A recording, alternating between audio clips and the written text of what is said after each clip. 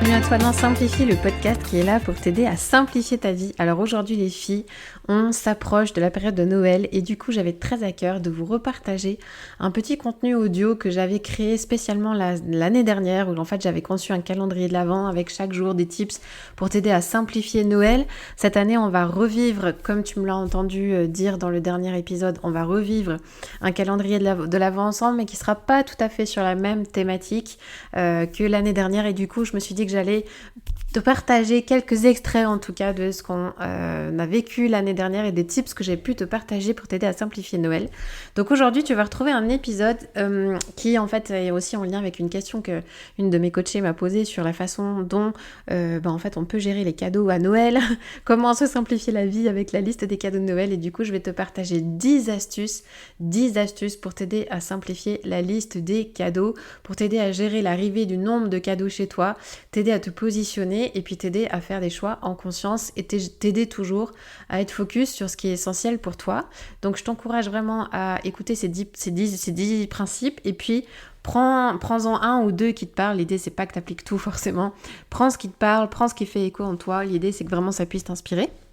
Et puis après, n'hésite pas à partager de quelle façon ça a pu te parler. Voilà, j'espère que tu vas vraiment pouvoir profiter de ce moment.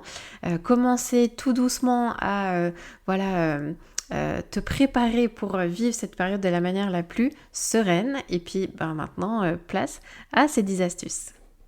Alors la première astuce, elle est cruciale, c'est fais attention à la source. Fais attention aux objets qui rentrent chez toi. Ça, c'est le principe de base.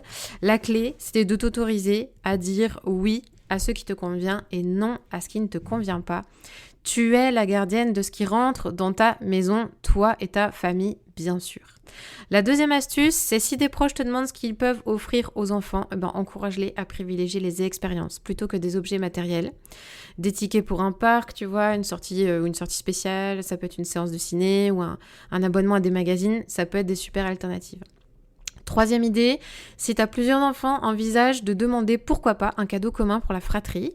Ça va te permettre de réduire le nombre de jouets et c'est peut-être une solution si plusieurs personnes ont envie ou ont l'habitude d'offrir plusieurs cadeaux à chaque enfant. Voilà. Quatrième idée que j'aimerais partager avec toi, c'est instaurer une tradition de don dans ta famille. Encourage tes enfants à donner des jouets qu'ils n'utilisent plus. Ça permet du coup de faire de la place pour les nouveaux cadeaux et aussi d'enseigner la générosité. Une autre astuce, sois précis sur ce que tu acceptes ou non comme cadeau. Communique sur ce qui est négociable et non négociable pour toi. Typiquement, chez nous, on a demandé à ce qu'il n'y ait aucun objet bruyant. Voilà, donc pas d'objet avec des piles, pas d'objet avec des petites pièces qui vont se perdre dans tous les sens, pas d'objet où les enfants ont impérativement besoin de l'adulte pour pouvoir les utiliser. Voilà. Sixième astuce, tout réside dans la communication. Tu as le droit d'expliquer tes défis. Exprime ta gratitude pour l'intention derrière chaque cadeau, mais tout en faisant comprendre comment ça impacte ton quotidien et comment ça peut venir encombrer ta maison.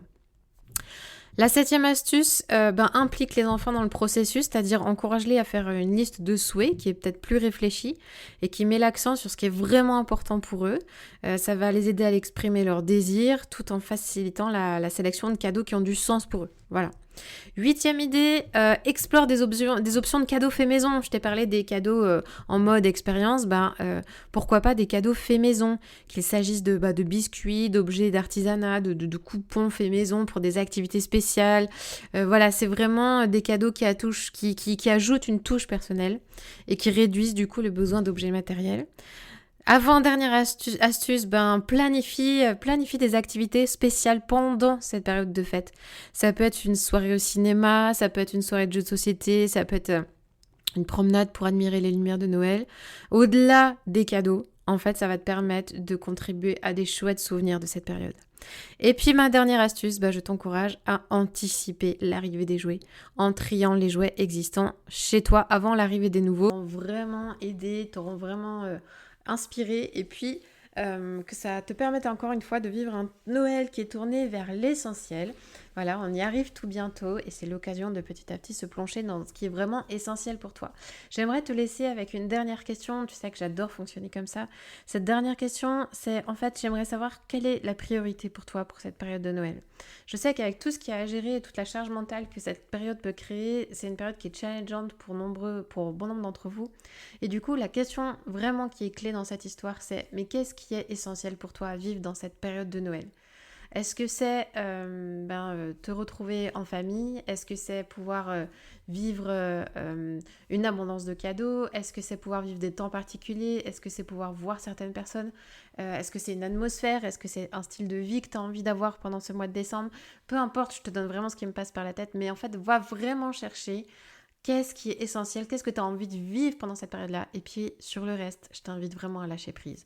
Tiens bon sur tes priorités et lâche prise sur le reste pour pouvoir en fait vivre cette période de manière sereine et focus en toute simplicité. Voilà, je te laisse avec ça et en attendant, je te dis à la semaine prochaine. Ciao ciao.